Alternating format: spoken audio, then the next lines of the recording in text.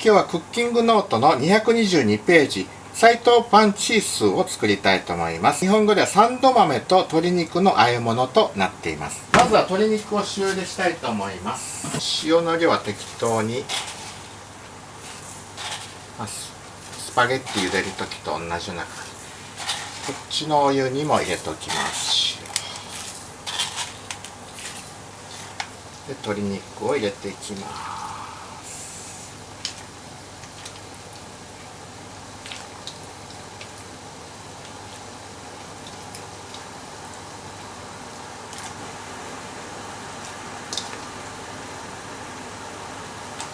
はい、こっちも沸いてきましたので、サンド豆がうちになかったので、冷凍食品のこういったお豆さん買ってきました。絹さやのちょっと太くしたような感じね、冷凍ですけどもう切ってあるので楽ですね。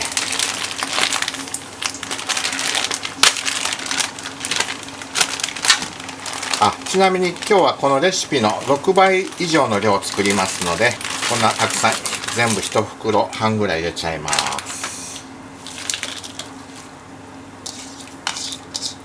お豆さんの方はもうさっと湯通しする程度ですから、沸いたらさっと引き上げます。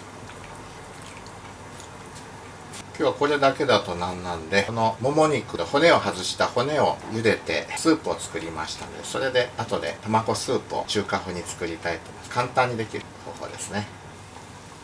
胸肉とかささみだったら手で裂けるんですけど、これもも肉なので後で包丁で細く切って使いますね。美味しいのはこのもも肉が味はあるんですけど、火を中火にしておきます。うちはまだ沸いてこないですね。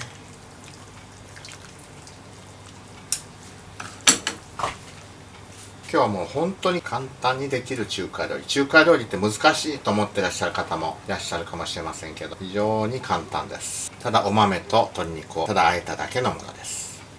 はい、お豆さんこんなところでいいでしょう。沸いてないけども一度もう茹でて冷凍してあるものだと思いますから揚げましょう。はい、お豆さんを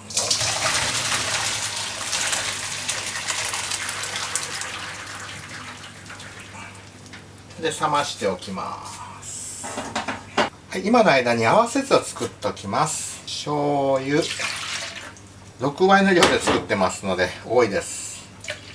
酢、砂糖、塩、ごま油で練りからし適当ですね。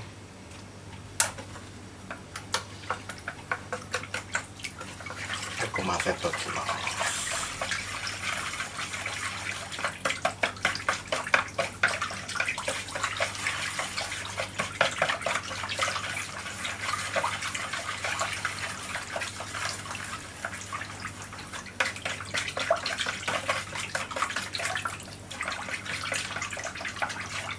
それでは鶏がどうだったか1個切ってみますね。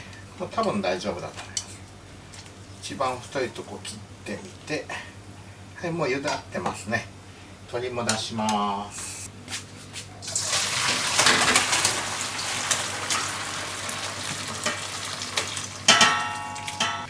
でこれを冷まして切ります。今日のレシピとは関係ありませんけども、今の間にスープの具材として椎茸を切っておきます。我が家の晩ご飯ですね。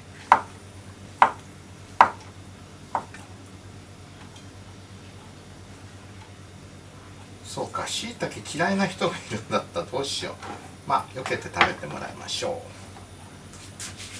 う。外した骨を茹でてスープ取りましたのでこしておきます。この骨は後で軟骨を外してアスカにあげます。おやつですね。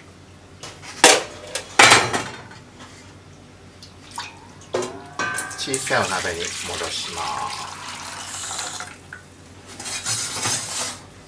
す。で火をつけて塩コショウで味を整えていきます。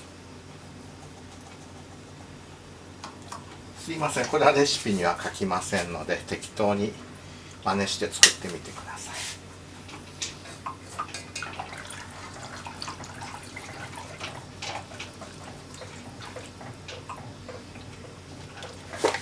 まだまだ塩はしたくないです。ですね。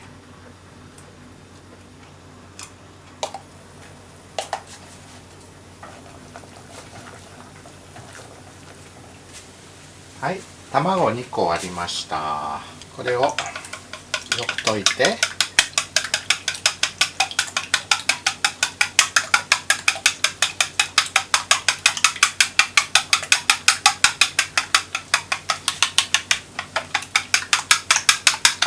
よく回しながら糸のように落としていきます。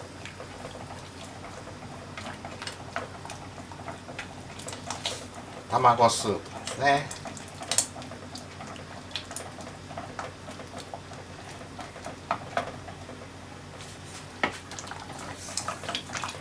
しいたけも入れます。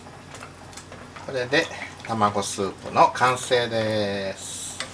それでは鶏を切っていきます。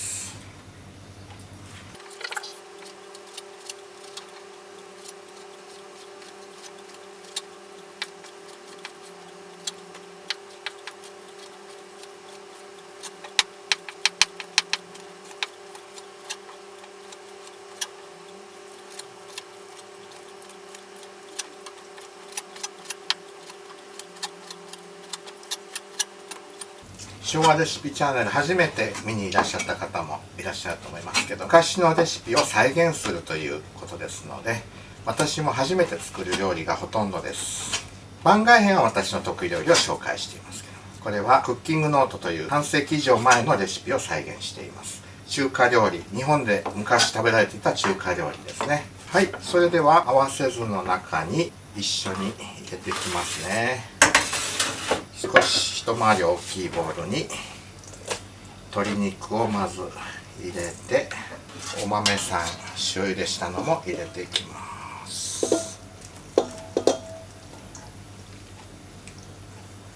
合わせずもう一度よくそこに沈んでる砂糖とかもあると思います。よく混ぜてかけていきますね。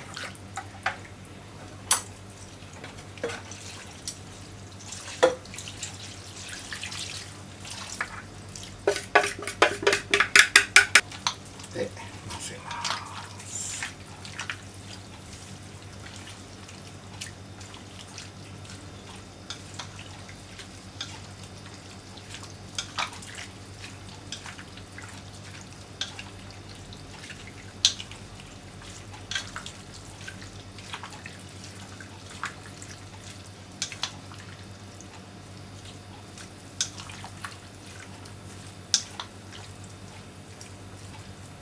はい、お椀にあえたものを盛り付けて、